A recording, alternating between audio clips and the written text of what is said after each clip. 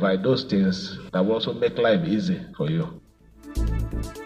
Also, an activist, Tammy Halliday, has urged security agencies to be civil during the protest and ensure it remains peaceful. He told correspondent Emeka Otoka that the participants have no intention to attack or cause trouble.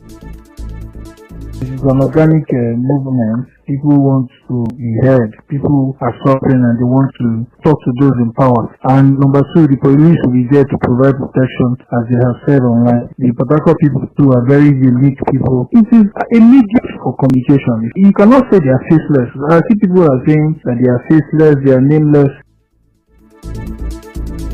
Now, in Abuja, protesters gathered at MKO Abiola Stadium to demand a better economy. The protesters, led by Deji Adeoju, said they gathered in front of the stadium in compliance with a court restraining order.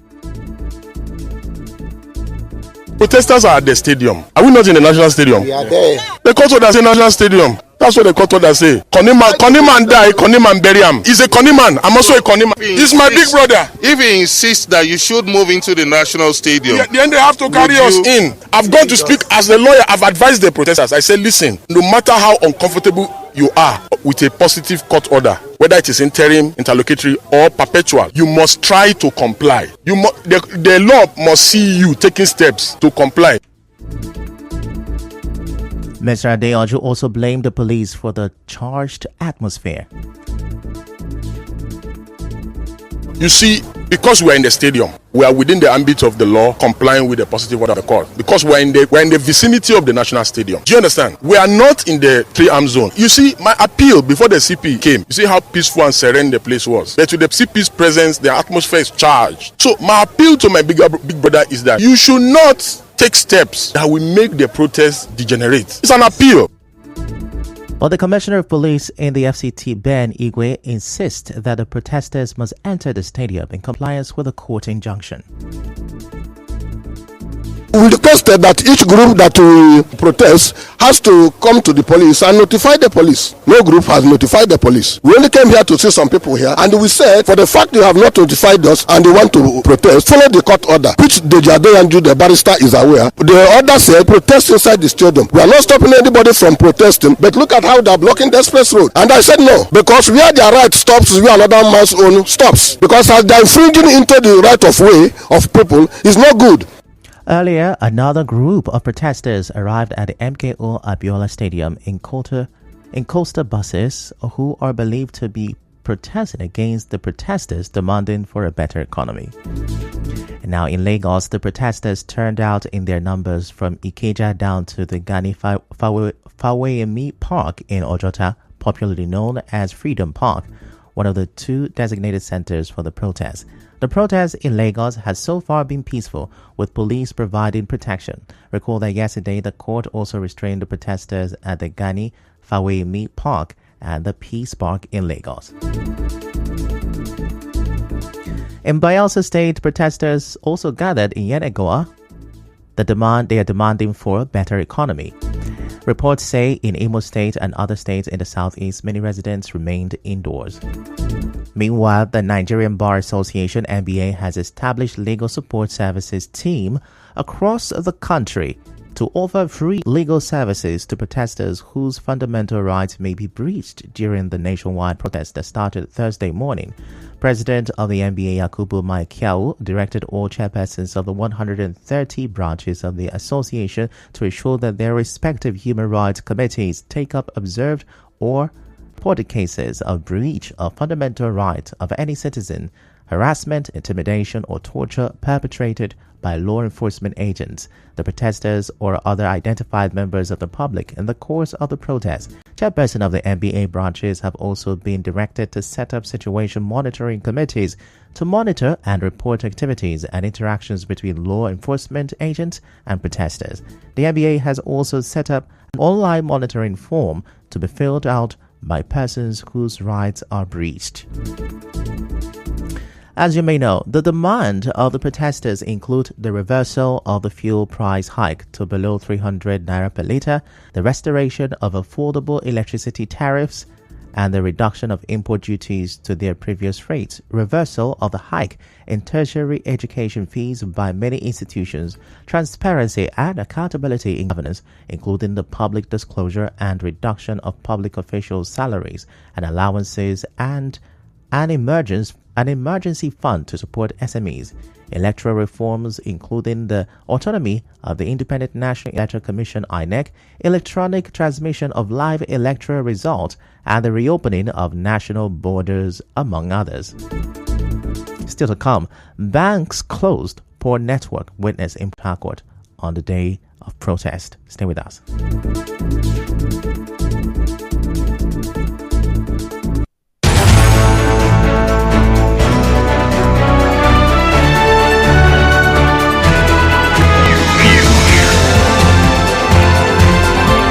This is the news on 92.3 Nigeria Info.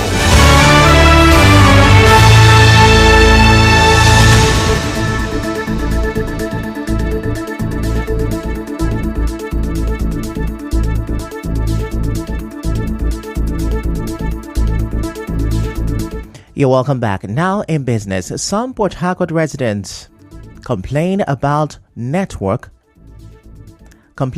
poor network access this morning. In an interview with our correspondent, the residents accused the telcos of trying to sabotage the protests. It's terrible in every sense of it. I could not make any transaction. I have to look for my card. Even to transfer stuff is annoying. I use MTN, I use Airtel. Try to get updates what's happening concerning the protest, and I've not been able to access my Twitter. Trying to make transfers, having network issues. Literally can't do anything at the moment. Since yesterday, the internet was break and quench. Let me use that word. It's about midnight because we had an online crossover prayer. It was really, really disturbing, but at a point it got steady. Meanwhile, Nigeria Info FM cannot verify this claim. Also, some of the banks in Port Harcourt are yet to open for operation, but some customers are seen at the ATM stands. In entertainment, the chairman of the Cinema Exhibitors Association of Nigeria, CEAN, Obe Ajayi, says cinemas across the country generated 4.6 billion naira in the first half of 2024. Mr. Ajayi expressed excitement as revenue generated from Nollywood and Hollywood films in cinemas was beginning to be at par, describing the development as the way to go. In sports, Interconnected Ventures, founded by Real Madrid's Kylian Mbappe, has bought a major stake in the French club Ligue 2 side Cannes. Through its investment arm, Coalition Capital, 25-year-old Mbappe reportedly invested about 15 million euros of his own money via the investment fund. And now, we'll bring you news from around the world.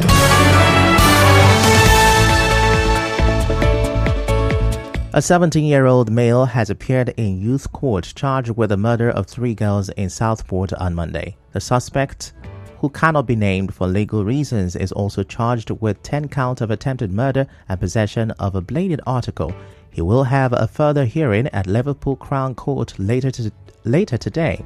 The Prime Minister is to meet police leaders this afternoon after protest over the 3 girls' deaths spread.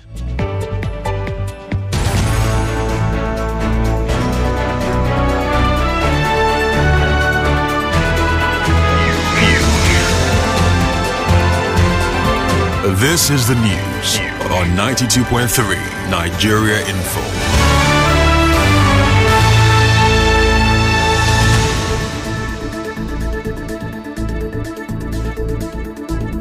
That's a wrap on the news this afternoon. Before we go, let's have a look at the major stories. Governor Fubara is addressing the protesters at Government House, Port Harcourt. Large turnout of protesters have been witnessed in Lagos, Abuja, and other cities. Port Harcourt residents have accused telcos of sabotaging protest following poor network. The NBA has set up free legal support services teams to support protesters in Southport, UK. The news was edited by Onyeka Chimosu. To reach the news team, send an SMS to WhatsApp 08872172115. I'm Ifechukwu Moyele. Many thanks for listening.